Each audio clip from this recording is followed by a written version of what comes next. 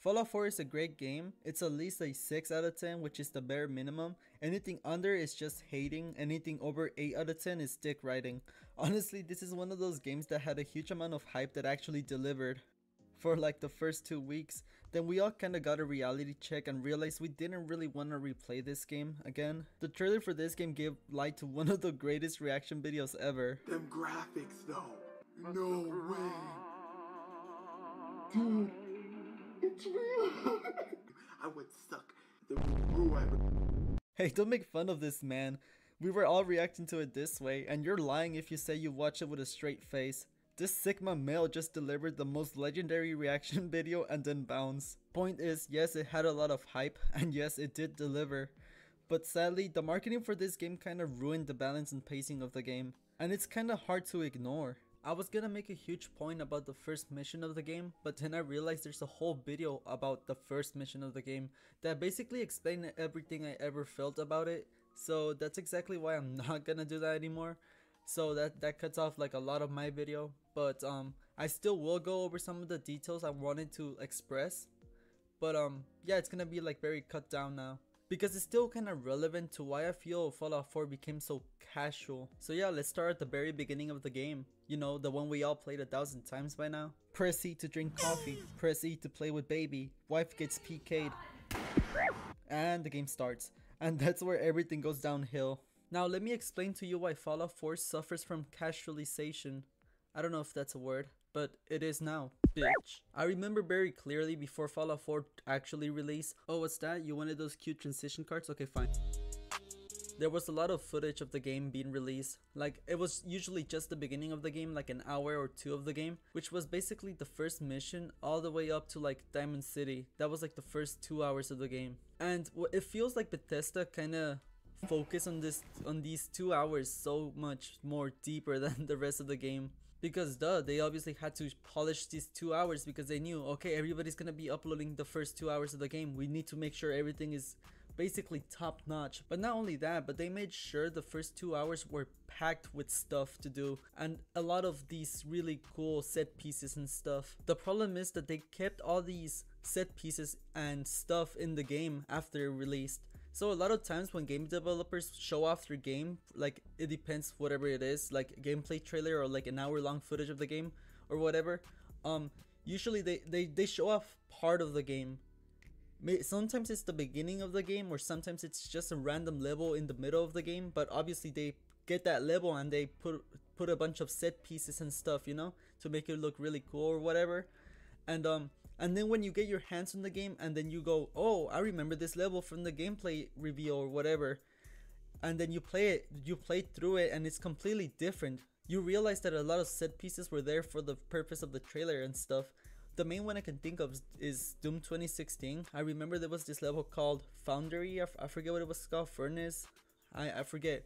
But there was a lot of set pieces and scripted moments and stuff, and you had guns that weren't, that by that point of the game you didn't really have, but they did in the trailer and stuff. But the point is that they rebalanced that level for gameplay. They didn't just leave it as it is for the trailer, because they understand that it wouldn't make sense at that point of the game to have all these guns and stuff. So they just rebalanced the game, you know, for actual gameplay purposes, not for showing off the game. And that's kind of the problem with Fallout 4, is that they didn't go back to fix these issues of balancing. For example, they didn't remove the power armor, they didn't remove the Deathclaw fight at the beginning, and yeah, honestly, I think those are the main problems, and people already know about them. They're too OP at the beginning of the game.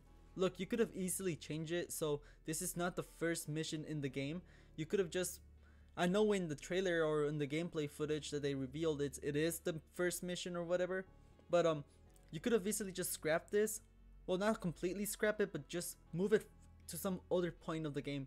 You could have easily moved it to, like, I don't know, the middle of the game or the end game or something, and it would have fit perfectly fine. This just didn't need to be here. Look, I get it, okay? You need a big set piece to be like, wow, this is so cool, this is the big game, this is so hype or whatever.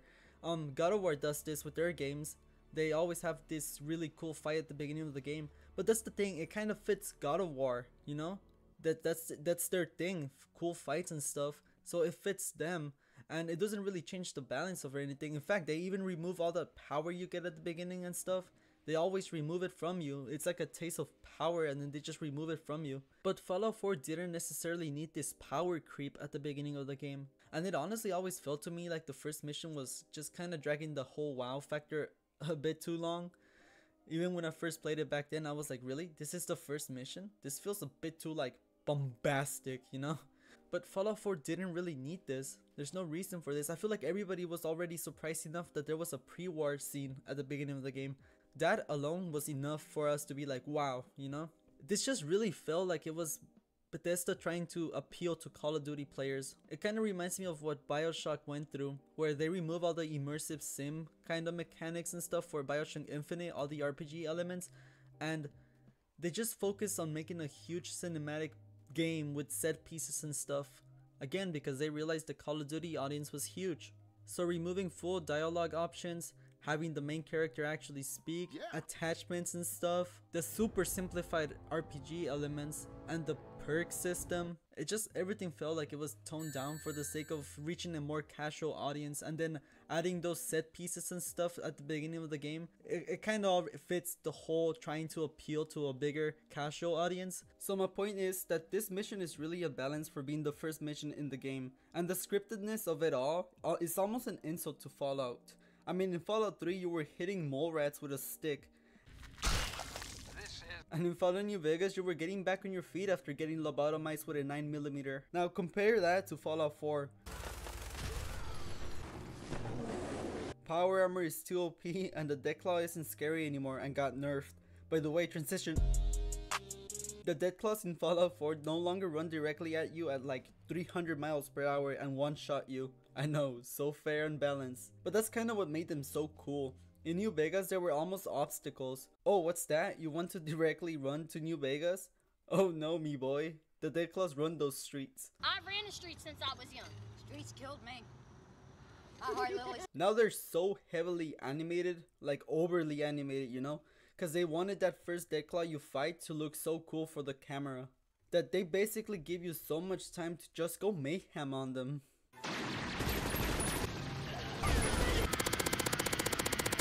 Like seriously though, they roll and dodge now.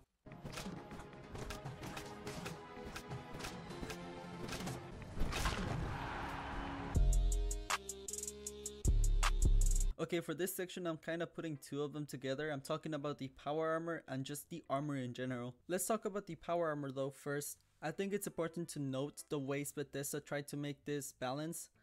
There's two ways they tried to make it balance. They first added the power core mechanic to it. So back in the older games, you were able to wear the power armor and there was like literally nothing to it. It was just like a suit or whatever. But now it's like a full-on vehicle and it has a fuel gauge to it. Well, it's the energy gauge from the power core. So the way they tried to balance it is by saying, okay, now you have a time limit to use this. But the problem is that they added way too many power cores all around the map, that it just makes it so you always have at least 20 on you. And there's this perk that doubles the energy on them, which basically means that now you have double of what you have now. So if you have 20, you now technically have 40. So you just have too many. So, and that's kind of the big issue here. Okay, so first they need to remove a lot of the power cores around the map. Which, by the way, there's oddly a lot of them in the beginning sections of the game. Seriously, if you don't have at least 20 by the mid-game, you're kind of just sitting around chewing crayons. And the other way they try to balance the power armor is by making it super annoying to have on you. So basically you can't swim, you sink when you try to go into bodies of water, and even worse is that you can't access basically any table while you're wearing it. You have to like get off the power armor, which is super annoying.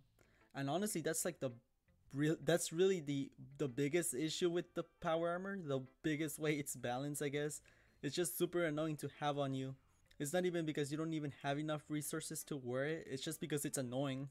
But going back to the power armor, this could have really worked at the beginning of the game. I really think it could have.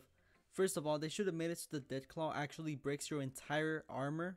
So they just kind of need to script it so depending on the health bar of the Deathclaw going down, it just breaks off as it goes down. That way when you're actually finished with the Deathclaw, your whole power armor is gone. And now you need to find pieces to repair it. They should replace the power cores with power armor pieces. I think that would solve two issues, one of them being that there's too many power cores, and also it makes it exciting actually finding power armor pieces now. Because the way you get power armor in this game is so anticlimactic. You just find them. No, they're just standing there in the wasteland, just literally standing there like, oh hey, look, it's a new one, yay. That's how you find them. You don't even find like a piece of power armor, no, you find the whole thing. It's so like, it's just really weird. I don't know, I just never liked the way you get more power armor. And when you find an enemy that's wearing a power armor or somebody, even if you kill them, they just flop to the ground. It's really weird, like you can't take their suits off or anything. They just flop to the ground and then you just take the pieces off them. I don't know, it's just really lame. I think finding the power armor pieces would be so much cooler than just finding the whole thing together. It makes it much more personal, especially because now you're building the whole power armor from the ground up. I think that would make it so much more cooler, especially because it's a vehicle now. It's basically a vehicle now, so repairing your vehicle is kind of cool. Now let's talk about the normal armor in the game. The way it works now is that you actually have a piece for every part of your body, which is kind of cool. You might think, oh wow, this makes it so much more deeper and meaningful or whatever. But in reality, all this comes down to is that you always just wear whatever legendary armor you get. And it's usually always the same two types of legendary armor. It's either leather or combat armor. And your character always looks the same. He or she is always full on leather armor or just combat armor. I don't know, it's just kind of boring. It's always like that because those are the pieces that legendary enemies drop the most. So it just makes sense to always have those legendary effects on you. So you don't want to really use anything else. So you always really want to just upgrade the legendary armors you get instead of just upgrading anything else. Because I mean, those have the legendary effects, why use anything else? It seems deep, but it's really not. So now let's move on to my biggest complaint of the game in general. Look, the legendaries in Fallout 4 are cool, but most of the time you get one and get the most specific situational perk ever, and other times you just find the most OP game-breaking weapon ever that you will rely on for the rest of the game. In all honesty, it's not a terrible system, but it is underwhelming. It is far easier to understand than the unique weapons in the previous Fallout games. Previously, you really didn't get much information about the weapons that are unique. All you really knew about them before is that they were straight up an upgrade from the main base weapons. And I actually enjoyed that system so much more than the legendary system. Yes, I do know that these are two separate systems, but in Fallout 4 they kinda recycled the legendary system. They basically slap one of the legendary perks into a gun, name it something unique, and call it a day. I find this to be such a downgrade from the uniques in Fallout 3 and New Vegas. Now they just feel like they aren't special or anything. It could be any other legendary drop. Even if the casual player is able to know 100% what the unique weapon does now, it still feels like a downgrade. In Fallout 3 and New Vegas, unique weapons had unique cosmetic differences from the main weapons they are based off. It always felt really cool stumbling across a unique weapon in the wild, seeing how different it looks from the base gun, and then using it and seeing how much more powerful it was. It really felt like an upgrade. And the repairing system they removed complemented this so much. It's like you actually had to take care of this really powerful gun you went out your way to get. So it meant you had to be careful and use it wisely, or at least not waste it on weak enemies. In Fallout 4 you'll find overpowered perk on gun and use that gun forever. It won't break or anything. It's just boring. It's a simpler, more streamlined system from the previous games and I honestly just don't like it. The uniques feel soulless now, and this is excluding the actual uniques like the delivery, the junk jet, the cryolator, and the cannon thing. Those are cool, but they have their own gimmick, which is why I kinda consider them to be different from the usual uniques. And I don't know, it always felt like Fallout 3 and New Vegas unique weapons complemented the idea of role-playing. Let's say you wanted to build an energy weapon build, you will search up the unique energy weapons and work your way to them. Knowing those are the guns you really need for your build, it's part of the build. Now it's just, yeah, this gun is OP, part of my build now.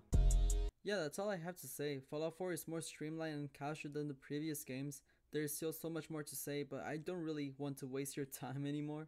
So, yeah, it's still a great game despite all of this. But, yeah, I've never really asked you to subscribe before, so yeah, I still won't. Bye.